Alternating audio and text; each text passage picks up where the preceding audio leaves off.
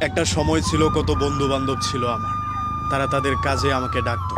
কত প্রিয় মানুষ, কত ভালোবাসার মানুষ ছিল, যারা ভালোবাসার কথা বলে আমাকে চমৎকারভাবে ব্যবহার করে ফেলতো। যাদেরকেই আমি আপন ভেবে মনের কষ্ট শেয়ার করেছি, তারাই আমার দুর্বলতার সুযোগ নিয়েছে। সব মিলিয়ে আমি ভেবে দেখেছি, কাছের মানুষ, আপন মানুষ, প্রিয় মানুষ কোনো কাজে না আসলে তারা কাছেও ভিড়তে দেয় না। একেবারে মন্দ হয় না একাকিত্ব সেই সব মানুষ থেকে, যারা শুধুমাত্র স্বার্থের জন্য কাছে ভিড়ে। এই কাছে ভিড়া মানুষগুলো আপনার জীবনের ক্ষতি ছাড়া কখনো উপকারটা চাইবেই না। শুধুমাত্র মানুষের দ্বারাই সম্ভব একজনকে কাঁদিয়ে আরেকজনকে হাসানো।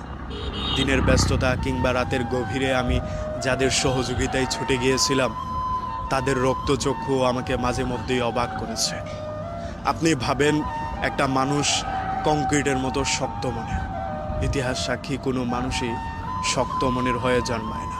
এই পরিস্থিতি, আমাদের আচরণ কিংবা মানুষের রক্তচক্ষু একটা মানুষকে পরিবর্তন করে দেয়।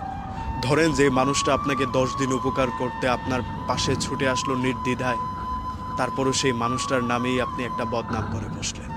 কিংবা আপনার খুব কাছের বন্ধুটাকেও একটা স্বার্থের জন্য চোখ লাল করে প্রতিবাদ করার ডিসিশন নিলেন। সেইখান থেকেই একটা মানুষ বদলে যায়। খুব সহজে কিংবা না পারতেই একজন মানুষ কখনোই বদলায় না। এই যে আমাদের সৃজনশীল চলাফেরা, অনেকের সাথে ওঠা বসা, এখান থেকে আমরা একটা জিনিস খুব ভালো করেই শিখতে পারি। মানুষ খুব প্রয়োজন না পড়লে মানুষের পাশে ভিড়ে না। ম্যাক্সিমাম ক্ষেত্রেই মানুষ তার প্রয়োজনে আপনার পাশে ভিড়বে। খুব কম সংখ্যক মানুষ আপনার ভালোটা চেয়ে আপনার পাশে থেকে যাবে।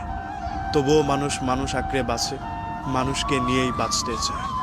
এর ভিড়েই মানুষ ঠকে যায় কিংবা ভালোবেসে প্রতারণার শিকার হয়। একটা মানুষ যখন বুঝতে পারে তার ডিজার্ভ করা স্পেসটা পৃথিবী তাকে দিচ্ছে না, তখন সেই মানুষটা বদলে যেতে বাধ্য হয়। আপনি ভাবতেই পারেন পৃথিবী আপনাকে প্রচণ্ড রকম ভালোবাসে। বেশিরভাগ ক্ষেত্রেই মানুষের উপকারে আপনি না আসলে মানুষ আপনাকে ভালোবাসবে না। এই পৃথিবীতে স্বার্থ ছাড়া কেউ আপনাকে ভালোবাসে, এই কথাটা আপনি বিশ্বাসও করবেন না। একটা মানুষ প্রয়োজনেই আপনার কাছে আসবে, একজন বন্ধু প্রয়োজনেই আপনাকে বন্ধু বানাবে। যাদের সাথে আপনি শৈশব থেকে চলে আসছেন, তাদের কথা বাদ দিয়ে গুটি সংখ্যক মানুষ পেয়ে যাবেন, যারা বিনা স্বার্থে আপনাকে হেল্প করবে, বিনা স্বার্থে আপনাকে